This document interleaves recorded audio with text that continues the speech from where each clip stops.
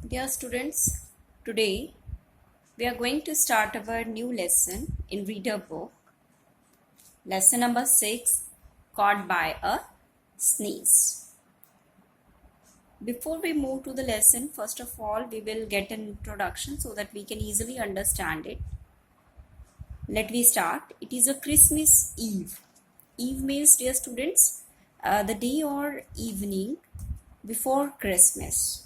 It is Christmas Eve कि Christmas से पहले का दिन है ये. A young boy runs on an errand for his father. Errand, dear student, errand means it means a short journey to buy something from a shop for someone. कि आप एक शॉर्ट जर्नी करते हो कुछ सामान लाने के लिए, जैसे आपके पेरेंट्स भेज देते हैं कि आपको कुछ सामान लेने के लिए जाना है, तो you do a short journey. So for his father and gets delay on his way back. तो इसमें एक यंग बॉय जो है वो अपने फादर के कहने पे एक अरेंड पे जाता है और वो थोड़ा सा देर हो जाती है उसको and gets delay on his way back. वापस आने में उसे थोड़ी देरी हो जाती है. The woods he is traveling through are thick and there are robbers hiding in the bushes.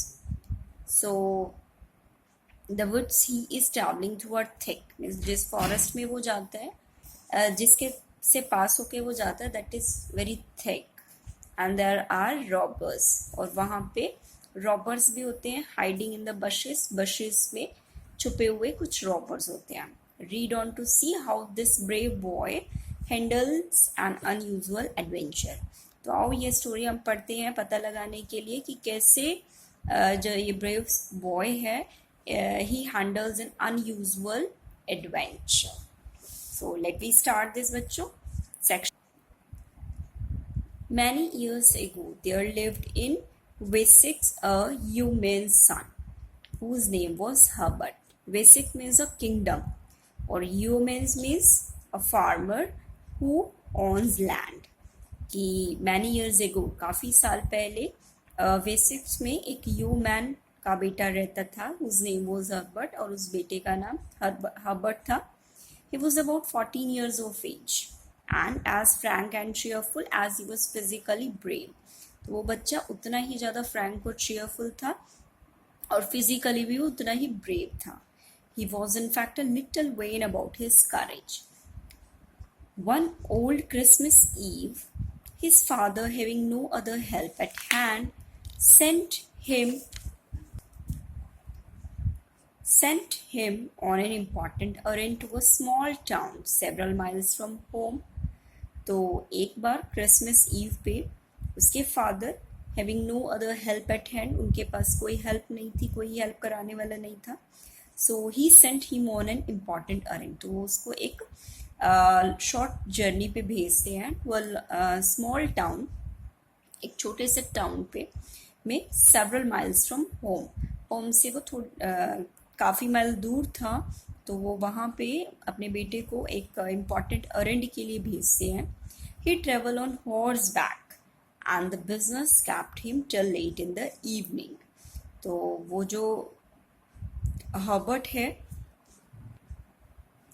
He travel on horse back, तो वो जो है हॉर्स बैक पे अपना ट्रैवल करने के लिए निकल जाता है. And the business kept him till late in the evening, और बिजनेस की वजह से वो थोड़ा सा शाम को लेट हो जाता है. At last however it was completed, और बाद में ये कह सकते हो कि उसका जो काम है वो तो फिनिश हो गया. He saddled his horse and started on his way. Saddled means here leather seat on a horse. तो वो अपने हॉर्स की जो लेदर वाली सीट है उसे बैठ जाते हैं. स्टार्टेड ऑन हिज वे, और अपनी जर्नी स्टार्ट करते हैं. His journey homeward lay through the vale of Blackmore, a fertile but somewhat lonely district with heavy clay roads and crooked lanes. In those days too, a great part of it was thickly wooded. तो वो जो अपनी journey है वो start करता है, अपने घर की तरफ के लिए वो रास्ता लेता है और वो वेल ऑफ ब्लैकमोर से होके जाता है. And is a fertile but somewhat lonely district. तो ये एक फर्टाइल है land but it is a lonely place.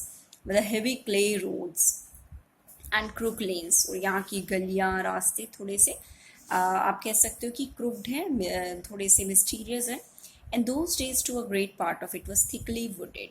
तो उस टाइम पे भी वो जो वेल ऑफ ब्लैकमोर है, वहाँ का जो रास्ता है वो थिकली वुडेड है. There were lot of trees, घना जंगल है वहाँ पे. Right now I am moving to the next paragraph. It must have been about 9 o'clock. It must have been about 9 o'clock. He was riding along amid the overhanging trees on a strong horse, Jerry. So, dear student, you can get the name of his horse. His name was Jerry, and singing a Christmas carol. तो अब रात के 9 बजे हुए हैं, and he was riding along, और वो जो अपनी घुड़सवारी कर रहा है, and amid the overhanging trees, मतलब जो ये trees हैं इनके बीच में से होते हुए जाता है अपने जेरी पर बैठा हुआ, and singing Christmas carol, Christmas song वो गा रहा है. When Herbert felt that he heard a noise among the boughs means होता है trees. तो हर्बर्ट जो है उसको फील होते है कि उसने कोई आवाज़ सुनी है among the trees, and this brought to his mind that the spot he was crossing bore an evil name. इसके एकदम से बात उसके माइंड में आती है चीज़ कि इस जगह के बारे में कुछ एविल नेम रखा गया है. Man had been waylaid there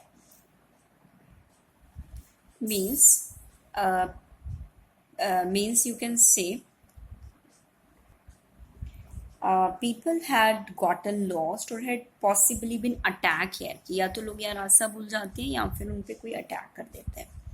What do I care? मुझे ही क्या फ़र्क पड़ता है? He said aloud, जोरों से बोलता. After a few minutes of reflection, Jerry's legs are too nimble to allow any highwayman to come near me. तो nimble means here move quickly and lightly. To allow any highwayman. Highwayman, students, it means a man who attacks and robs people traveling on public roads. और उसका मानना है कि जो उसके legs हैं, they are very quick and light, and his legs would not allow any highwayman to come near him. So next paragraph you can see, ha ha. Indeed was said in a deep voice, and the next moment 3 men darted from the thicket. तो एकदम से next moment जब ये अपने आप से बात कर रहा था, तो this next moment 3 men darted. तो 3 आदमी जो हैं वो मूव करते हैं from the thicket, from the bushes, and Herbert bridle was seized. Seized means here captured, and bridle means here the rope. तो हर्बर्ट की जो रॉप थी, रस्सी थी, इट वॉज सीज्ड, वो कैप्चर कर ली गई. He was pulled from his horse, उसको उसके घोड़े से खींच लिया गया. And although he struck out with all his might, he was overpowered. हालांकि उसने काफ़ी कोशिश की, अपनी पूरी पावर लगा दी निकलने के लिए, but he was over powered. लेकिन उसको कैप्चर कर लिया गया था. His arms were tied behind him, और उसके जो हाथ थे उनको पीछे बांध दिया गया. His legs bound tightly together, उसकी टांगों को टाइटली बांध दिया गया. And he was thrown into a ditch. Ditch means a long narrow hole, और एक डिच में उसको जो है फेंक दिया गया. The robbers whose face he could now dimly perceive to be blacken, और द रॉबर्स हुज फेस, जिसका चेहरा he could now dimly perceive, वो देख सकता था, दैट थोड़ा सा डिम लाइट में वो देख सकता था, टू बी ब्लैक एंड, वो ब्लैक कलर का था. Two was departed leading off the horse, और वो चले जाते हैं उसका घोड़ा लेकर. Now next paragraph. As soon as Herbert had recover himself a little. तो हर्बर्ट जो है अपने आप को थोड़ा सा रिकवर करता है. He found that by great exertion he was able to extricate his legs. Extricate here means pull out और free his legs from the cord. Cord means your rope. तो अब वो अपनी लेग्स को कॉर्ड से free कराने के लिए, सो इस पे जो है वो अपनी लेग्स को फ्री कराने में तो सफल रहता है, but he was not able to free his hands. लेकिन वो अपने हैंड्स को फ्री नहीं करा पाता. So all he could do was to rise to his feet. तो वो जो कर सकता है दैट वॉज कि वो अपने पैरों पे खड़ा हो सकता है. And he proceed on his वे. अब वो अपने पैरों पे खड़ा हो सकता है और वो आगे रास्ते पे बढ़ सकता है with his arms behind him. अब उसके हाथ पीछे वो आगे बढ़ रहे हैं। And trust to chance for getting them unfasten means he is hoping that he will be able to get the knots untied by some stroke of luck कि वो अपनी जो हाथ उसके बंधे हुए हैं वो उनको फ्री करा लेगा, उसको पूरा विश्वास है। he knew that it would be impossible to reach home on foot that night but he walked on। उसे ये पता था कि घर पर पहुंचना पैदल that is impossible, पर फिर भी वो चलता रहा। owing to the confusion which this attack caused in his brain, he lost his way। so इसमें क्या होता है कि जो ब्लो उसके हेड पे जो उस पर अटैक किया गया था उसके सर पे, it caused him to be confused, he was not able to think clearly and got lost and would have been inclined to lie down and rest till morning। so inclined here means wanted and rest till morning among the dead leaves। वो अब क्या चाहता था कि वो चाहता था कि सुबह तक वो यहीं पे डेड लीव्स के बीच में आराम करे। And he had not known the danger of sleeping without rappers in a forest so severe, so he wandered further onwards. तो अब वो जो है आगे बढ़ता है, फिर भी उसको यहाँ पे रुकना ठीक नहीं लगता। his heart aching for the loss of poor Jerry। aching means to feel pain। उसका जेरी उससे बिछड़ गया है तो he is feeling very much depressed। he was not a little glad when he saw through the trees a distant light।